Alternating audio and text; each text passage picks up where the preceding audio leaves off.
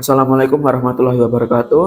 Jadi pada kesempatan kali ini saya ingin mempresentasikan hasil microblog saya, yakni perjalanan hijrah Nabi Muhammad Shallallahu Alaihi Wasallam yang sudah saya upload di Instagram saya, yakni Reflect Second. Oke, langsung saja kita mulai dari pendahuluan. Kenapa Nabi Muhammad Shallallahu Alaihi Wasallam berhijrah?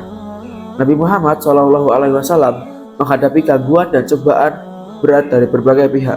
Beliau seringkali dilempari kotoran dan juran unta oleh tetangga serta masyarakat. Selain itu, Nabi Muhammad SAW juga menjadi korban fitnah dan gunjingan atau gibah. Puncaknya, kaum kafir Quraisy bahkan berusaha untuk membunuh beliau. Kemudian ada diskusi pembunuhan. Kaum kafir Quraisy mengadakan musyawarah di Darun Nadwah untuk membahas cara membunuh Nabi Muhammad SAW.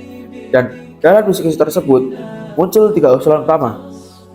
Yang pertama, muncul dari Al-Aswad mengusulkan agar Nabi Muhammad SAW diusir, namun pendapatnya ditolak. Kenapa pendapatnya ditolak? Karena bagi orang kafir, ketika Nabi Muhammad diusir, maka Nabi Muhammad SAW bisa menjadi pemimpin di negeri lain, sehingga apabila sudah kuat mereka bisa membalaskan serangan kepada penduduk Mekah. Dan ada juga yang kedua dari Al-Bahtari.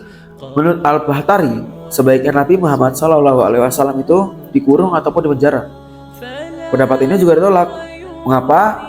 Karena jika sahabat Nabi Muhammad SAW sampai mendengar, maka mereka akan berusaha untuk mengeluarkan Nabi. Bisa jadi mereka akan menyerang para kaum kafir. Dan pendapat ketiga muncul dari Abu Jahal.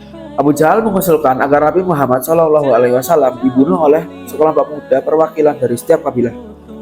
Hal ini bertujuan agar tanggung jawab pembunuhan tersebar, sehingga Bani Hashim tidak dapat menuntut balas dari satu kabilah saja, melainkan akan berhadapan dengan seluruh kabilah Quraisy, dan akhirnya terpaksa menerima diat ataupun tebusan darah, dan akhirnya pendapat ini diterima.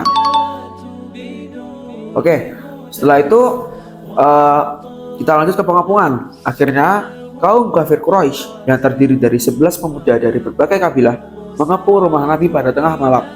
Tapi karena Nabi tidak kunjung keluar, maka mereka menunggu hingga esok hari. Namun ternyata Nabi SAW sudah dahulu pergi, bahkan sebelum mereka datang. Nabi diberi mukjizat oleh Allah agar tidak bisa terlihat oleh orang kafir. Dan akhirnya yang ada di dalam rumah Nabi adalah Ali bin Abi Thalib. Sebelumnya, malaikat Jibril memberikan wahyu untuk berhijrah. Nabi pun ke rumah Abu Bakar untuk mengajak dan memberitahu wahyu yang sudah diterima.